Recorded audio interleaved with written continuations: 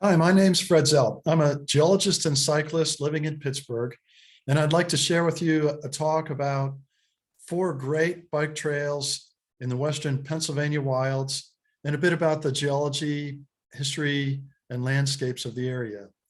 So let me share my screen and get this talk going. There we go. This is part of a series of 22 and 22 bike excursions being offered by Venture Outdoors and Earth Science Excursions LLC here in 2022. This is the last of 6 recordings that I'm making to cover these 25 bike trails. And here you see a map and a list of the 25 bike trails, the 22 and 22, plus we've organized a Wilds weekend with 3 of the 4 bike trails that we'll highlight in this talk. And in the list, you can see the names of these trails. And on the map, this is an elevation map of the land from low elevations where it's green to higher elevations in the reds. And you'll see a whole series of those maps. So this talk is on the 4 trails highlighted in green on the map and highlighted on the list. We've divided the 25 bike trails, major bike trails in Western Pennsylvania, ones longer than 10 miles. We've divided them into 6 themes or areas with common landscape and geologic elements. And we've put a YouTube talk out there for each of the other 5. This is the last one that we're making, the one covering the Pennsylvania wilds. The 4 trails included in this one in the western and central part of the wilds are the Rail 66 Country Trail, the Mahoning Shadow Trail centered around Punxsutawney, the Clarion-Little Toby Trail, and the West Creek Trail is the one farthest to the east. And we'll talk a bit about each of those. So our objectives are to introduce those 4 trails and talk about what makes this region special, what makes it the wilds, the geology, landforms, and history that come together. To do that, we'll introduce the wilds, show you where it is, a little bit of the features of it, and then we'll talk through each of the 4 trails, including some pictures from them. And then we'll drop back to the bigger picture and talk about the area, geology, landscapes, and land use. So here's a tourist map of Pennsylvania showing these tourist areas, including the Pennsylvania wilds. I've seen a few different maps of the wilds actually, and the northeast and west boundaries seem to be consistent, but this southeastern boundary is drawn differently by different organizations. So that's one that has a little bit of variation. But you can see it's in the north central to northwestern part of the state.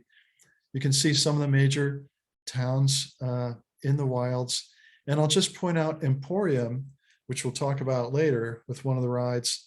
It's literally in the heart of the Pennsylvania wilds, right in the middle. And one of our rides will start there. This is the greatest concentration of big tracts of public lands in the state. That's why it's wild.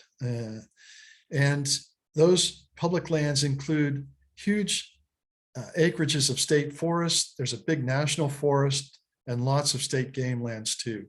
The first land purchased by the state for the state forest system was in the wilds in the late 1800s.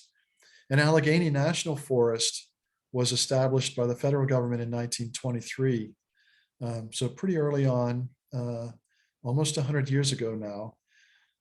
And the first land to be purchased by the Pennsylvania Game Commission specifically to become a game land was also in the wilds in 1920.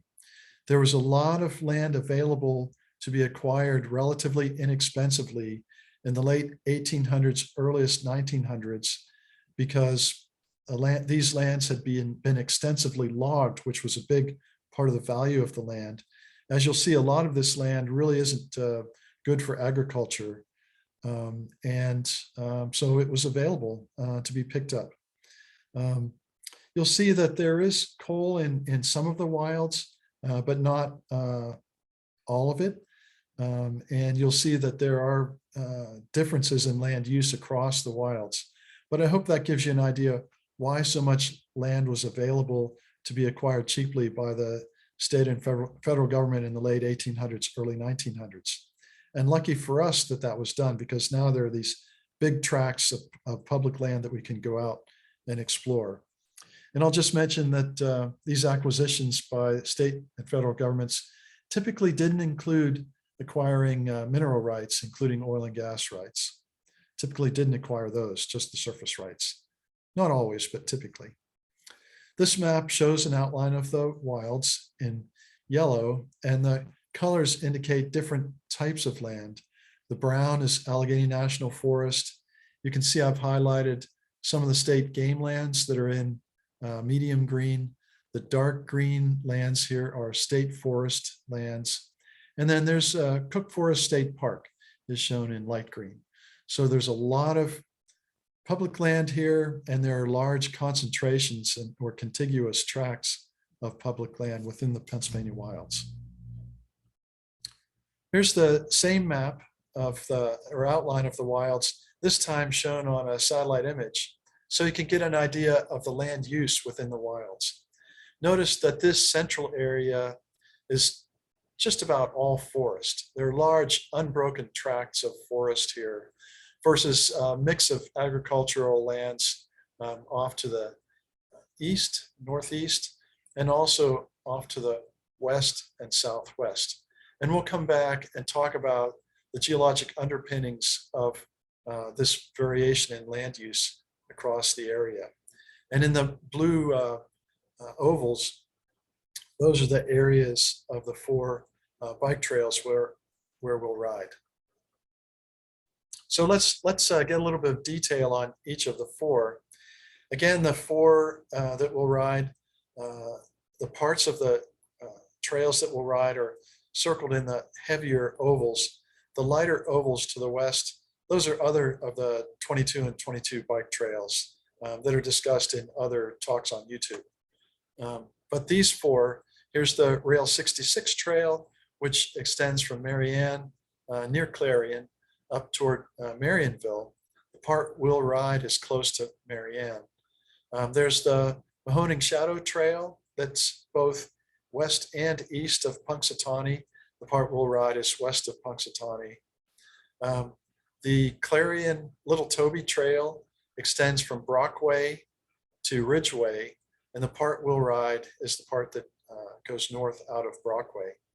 And then the West Creek Trail runs along West Creek from Emporium to near St. Mary's, not quite into St. Mary's. And the part we'll ride is out of Emporium and back, so the eastern part of that trail. And I'll just point out, I've added another bubble on here.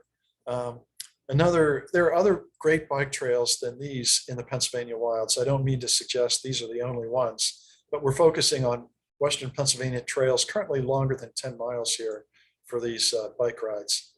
But one of the most popular trails in the state, most loved trails in the state, is the Pine Creek Rail Trail, which goes through Pennsylvania's Grand Canyon, which is right here on this elevation map. So that's a great trail, also in the Pennsylvania wilds, but a little farther east and not in Western Pennsylvania.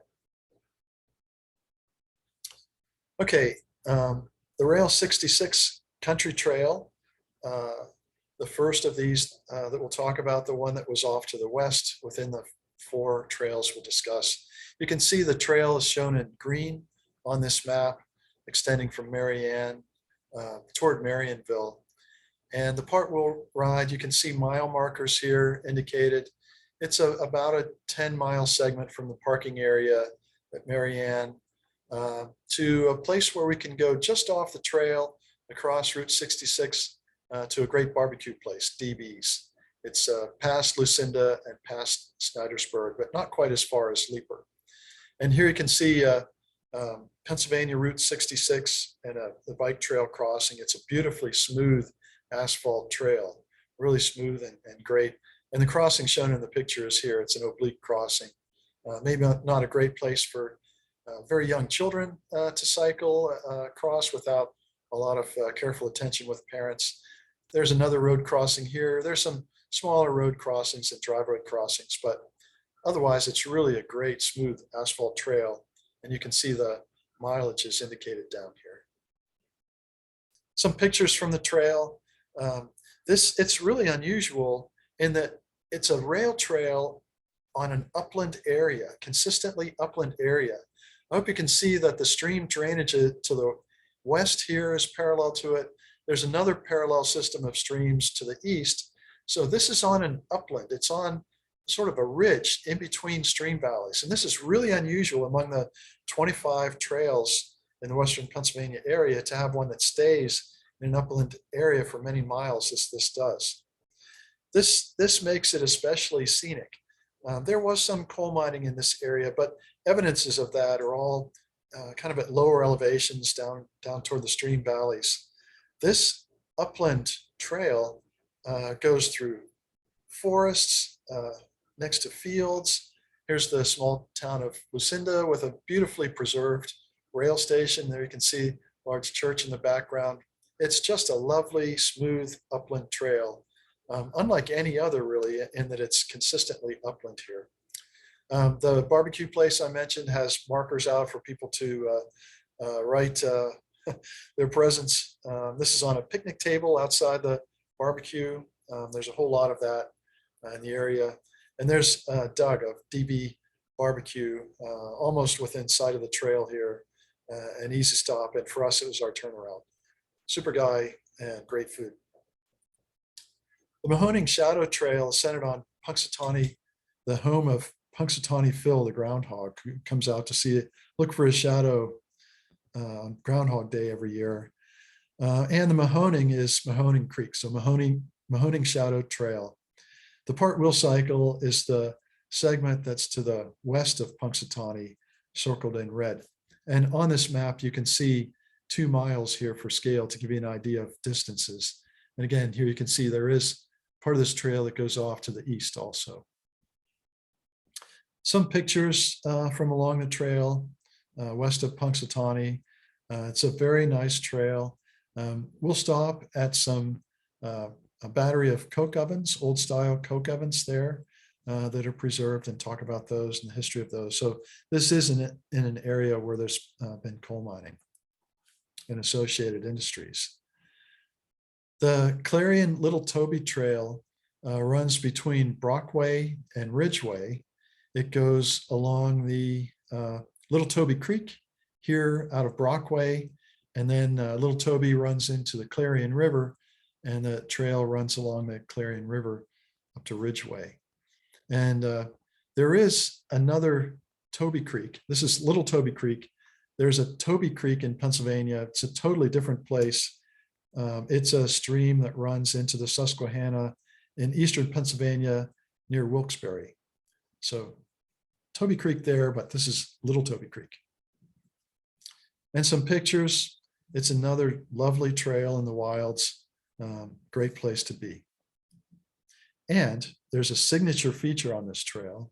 You may have heard about the swinging bridge. So here's the bike path. If you park your bike and walk a short distance off the path, you'll come to the swinging bridge over Little Toby Creek, the signature feature of this path. The West Creek Trail along West Creek, the easternmost terminus is in Emporium, and that's where our group will start. You can see the large town of St. Mary's over here in Elk County. Emporium is in Cameron County. There's the county line. And you can see that the trail ends outside of St. Mary's itself. It's a 20-mile long trail, and we'll cycle about half of it.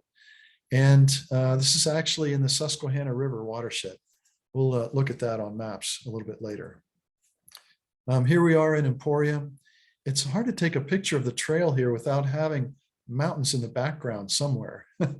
And it's just a great trail and a great spot, great place to be. In Emporium, there was amazing manufacturing. Some of the lumber barons here decided to invest their money locally into other industries for people and jobs for people in the area. And one of those was Sylvania plant. They started out making light bulbs, then they made vacuum tubes, including for televisions. They made complicated proximity fuses for bombs during World War II.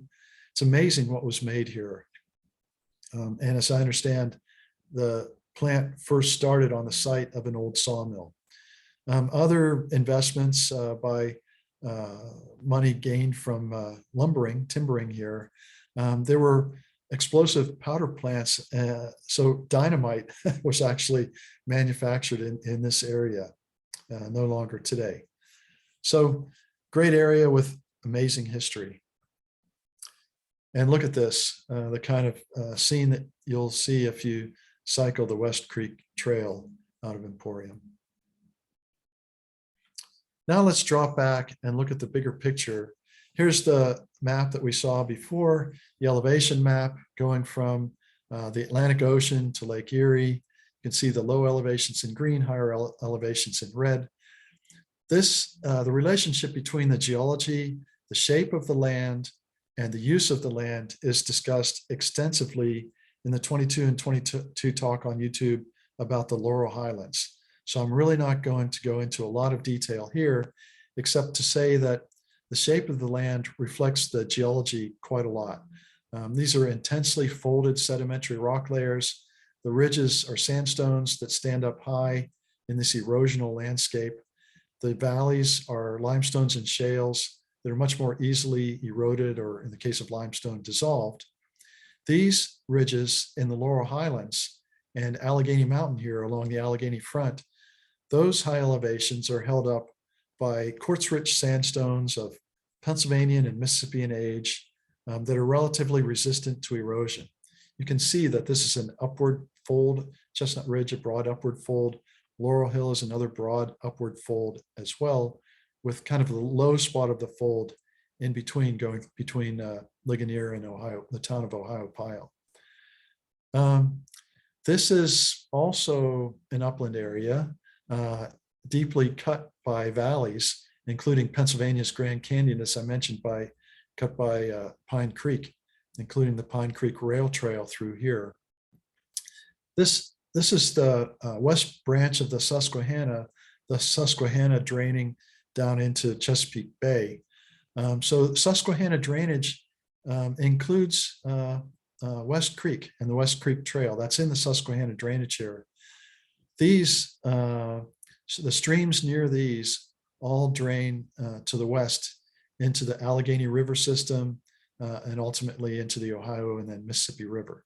So the Eastern Continental Divide is through this area between these two trails that will cycle. But these are valleys cut by the Susquehanna River, which reaches sea level not so far away at the Chesapeake.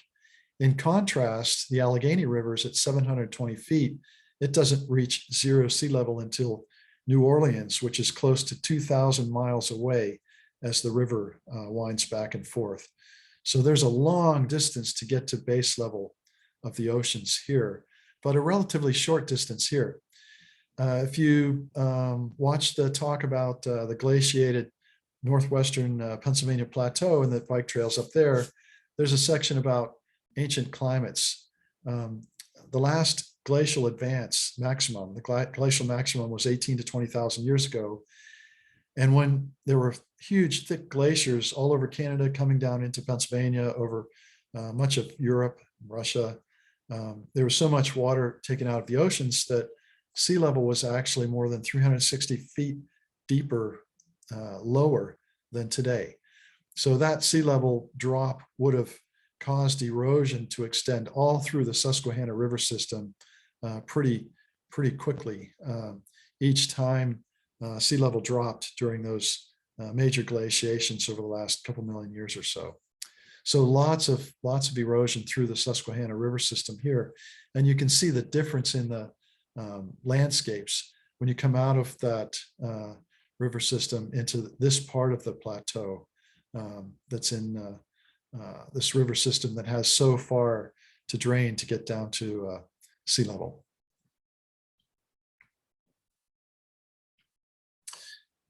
The plateau talks a lot about coal in the area. So does the one that covers the Conemaugh uplands. But this map is a generalization of where there are coal or potentially coal deposits in Pennsylvania. And you can see not only the outline of the wilds again, but the ride outline here too. And you see that some of the rides are in areas where there are some coals that have been mined through time. This one, there's no coal right around it, but it's not too far away that there's some coals. But none of the coals here are the Pittsburgh coal. The Pittsburgh coal was a very thick, extensive coal, often commonly 6 or 7 feet thick over a huge area that was mined over an equally huge area. Again, that's a part of the talk about the plateau. That thick and extensive coal isn't present here, but there are other coals that are older. Some of them get to be thick in places, but none is as thick and as extensive as that one. So you're kind of more on the fringe of the coal producing area here, although there certainly were thick coals locally that were important. This is a map showing glacial deposits in Pennsylvania, and the dashed lines are interpreted to be the maximum extent of glaciations in the last 2.5 million years. And you can see that the areas where we'll be cycling, this part of the wilds, was never glaciated. It's in between those glaciations. Although looking at the map of the landscape, you can see the smoother landscapes here in northwestern Pennsylvania, northeastern Ohio, where the land was glaciated, valleys were filled in, and glaciers planed off high parts of the landscape. But we're not in that in the area in the 4 paths where we'll cycle. Now, this is a geologic map of Pennsylvania. Again, this is more completely discussed and described in the talk about the Laurel Highlands. But these are ages of sedimentary rock layers in the plateau where the rock layers are relatively flat lying, going from younger here to older. So you can see a transition from generally younger rock layers here in the wilds to generally older ones there. These bands are folds. So there are broad folds in the high plateau in this geologic cross section. You can see there's the Allegheny front separating this Valley and Ridge province or the fold belt area with intense folding of sedimentary rock layers from the plateau where there are broad folds, Chestnut Ridge and Laurel Hill and others, but the rock layers are relatively flat lying, as you can see in the cross section. But in the cores of those broad tops of folds or upward folds, there's some older rock layers exposed here at Chestnut Ridge, here in Laurel Hill, and this one too in the Laurel Highlands. So these bands of color then in the geologic map indicate those broad folds. In this case, though, these Chestnut Ridge and Laurel Hill, those ridges are held up by resistant to erosion sandstones of lower part of the Pennsylvanian section here, and the upper part of the, well, and the Mississippian section has some sandstones too. The colors of those rock layers, you can see here, this is the basal Pennsylvanian unit. It's rich in sandstones, lots of quartz sandstones resistant to erosion there. And the magenta layer is a Mississippian Devonian layer that also has lots of sandstones. And there are some older rocks in between here, in between those fingers of Pennsylvanian age rocks. There are Devonian age rocks. And these Devonian rocks have a mix of sandstones, siltstones, and shales. They're not so resistant to erosion. So in this case, the high areas here are held up by Pennsylvanian sandstones that are preserved in the bottoms of folds, the low parts of folds. The upward part of the fold, those sandstones have been eroded away. The older rocks at the surface today are not so resistant to erosion, and those form valley areas between these ridges. So it's just the opposite of down here, where the ridges are the high parts of the fold. Here, the ridges are the low parts of the fold where those quartz-rich sandstones are preserved. And you can see that those go into the wilds in a pretty complicated pattern because of those broad folds. Similarly, the coal-bearing rocks in the upper part of the Pennsylvanian strata, not so much in the blue Pottsville Formation here, but in the younger layers, the coal-bearing rocks come into the wilds in a pretty complicated way too. Now we're back to the satellite image, and we'll talk about land use. So these ridges are held up by those lower Pennsylvanian and Mississippian sandstones. Same thing with the Allegheny front here. And they have thin soils, lots of forest on them, not great for agriculture. But the valleys in between here, in this case, have younger sedimentary rocks that have more of a mix of rock types, including some thin limestones, and those are okay for agriculture. Not as great as these Ordovician limestone valleys, which have wall-to-wall farms, wall-to-wall croplands in this part of central Pennsylvania, but still good for agriculture. Compared with here, you see it's loaded with forest. There are rocky soils here. This is the other place where these lower Pennsylvanian, Mississippian sandstones are at the surface. And you can see what that does with the land use. And here, there are Devonian rocks at the surface, a mix of rock types, including shales that are easily eroded. And those are valleys that have some agriculture in them, not wall-to-wall croplands like these Ordovician limestone valleys that have such wonderful soils for agriculture, but still different land use than this central part of the wilds.